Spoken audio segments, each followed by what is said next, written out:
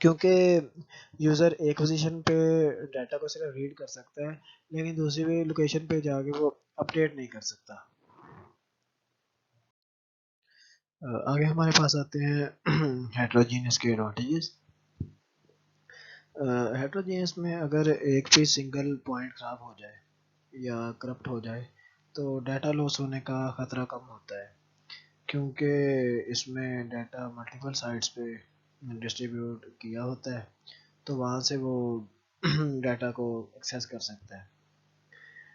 جب اس میں جب ایک پوائنٹ فیل ہو جاتا ہے یا کرپٹ ہو جاتا ہے تو جو ظاہری بات ہے جب ایک سسٹم فیل ہو گیا ہے تو ورک کا لوڈ تو آئے گا تو ورک لوڈ کوئی اور ورک اسٹیشن پک کر لیتا ہے ہیٹروجینیس میں. اس میں اینڈ یوزر ہر قسم کے ڈیٹا کی کاپی کو ایکسیس کر سکتا ہے یعنی کہ جو بھی ڈیٹا اویلیبل ہے وہ اس کی کاپی کو ایکسیس کر سکتا ہے اور اس کی یوزر کی ریکویسٹ پروسیڈ ہوتی ہے. اس کی کمیونیکیشن کافی امپرووڈ ہوتی ہے کیونکہ لوکل سائٹس ہیں وہ کافی چھوٹی ہوتی ہیں اور کسٹمر کے کلوزر ہوتی ہیں. ہیٹروجینیس میں ڈیٹا پروسیس اور ڈیٹا ایکسیس فاسٹ ہوتا ہے. آگے ہمارے پاس heterogeneous database management system کے ڈس ایڈوانٹیجز آ جاتے ہیں. ہیٹروجینیس کو کنٹرول کرنا یوز کرنا اور مینیج کرنا کافی کمپلیکس ہوتا ہے ہوموجینیس کی نسبت. مزید سٹوریج اور انفراسٹرکچر کی ریکوائرمنٹ ہوتی ہے ہیٹروجینیس میں.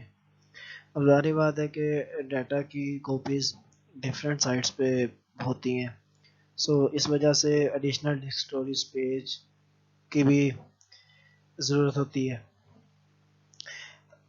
اب ڈیٹا کو ہم نے ڈفرینٹ سائٹس پہ جا کے ڈسٹریبیوٹ کر دیا ہے تو اب اس کی وجہ سے سیکیورٹی لیپسز بھی بڑھ جاتے ہیں.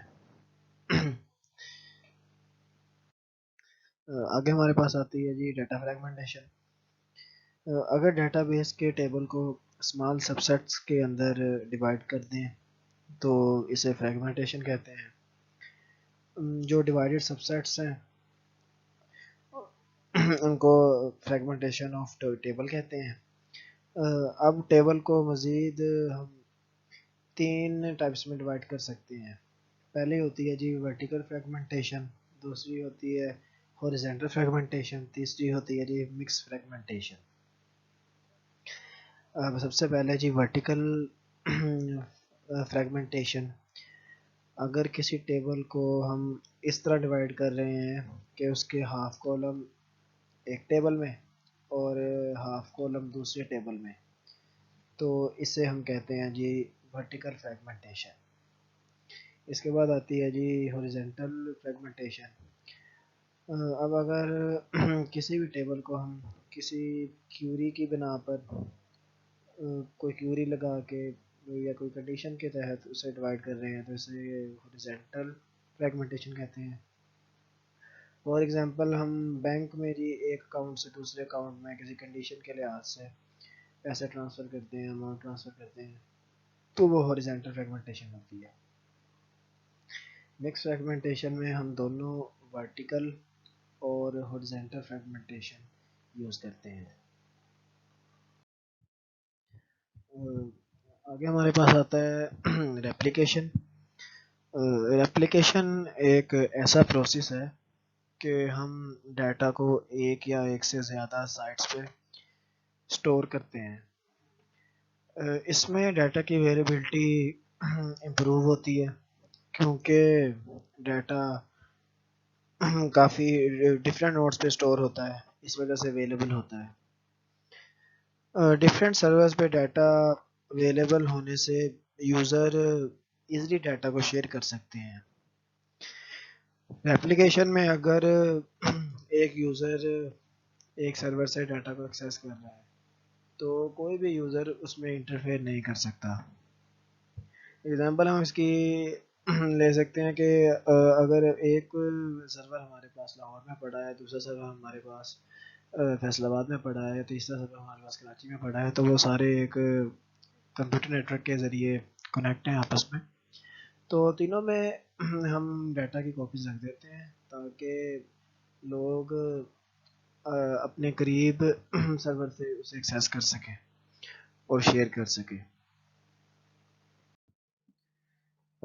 ٹو فولڈ ریپلیکیشن میں ڈیٹا کی اویلیبلٹی انکریز ہوتی ہے. اگر ایک ریپلیکا ڈاؤن ہو جاتا ہے تو user same data other site سے ایکسیس کر سکتا ہے. اسی طرح اگر ریموٹ کی لوکل کاپیز اویلیبل ہوں گی تو کمیونیکیشن لنکس کا فیلور بھی ظاہری بات ہے کم ہوگا. کیوریز اس میں فاسٹلی ایگزیکیوٹ ہو سکتی ہیں لوکل کاپی کو یوز کرتے ہوئے. ریموٹ سائٹ پہ جانے کا کوئی فائدہ ہی نہیں ہے کیونکہ اس میں لوکل کاپی کو یوز کرتے ہوئے کام ہو رہا ہے. ڈسٹریبیوٹیڈ ٹرانزیکشن میں ٹرانزیکشن کسی ایک سائٹ پہ سبمٹ ہوتی ہے. جب ٹرانزیکشن سبمٹ ہو جاتی ہے تو جو ٹرانزیکشن مینیجر ہوتا ہے اور اسی ٹرانزیکشن کو کلیکشن آف سب ٹرانزیکشن میں بریک کر دیتے ہیں اور ان سب ٹرانزیکشنز کو ادر سائٹس کے مینیجرز کو ٹرانسفر کر دیتا ہے.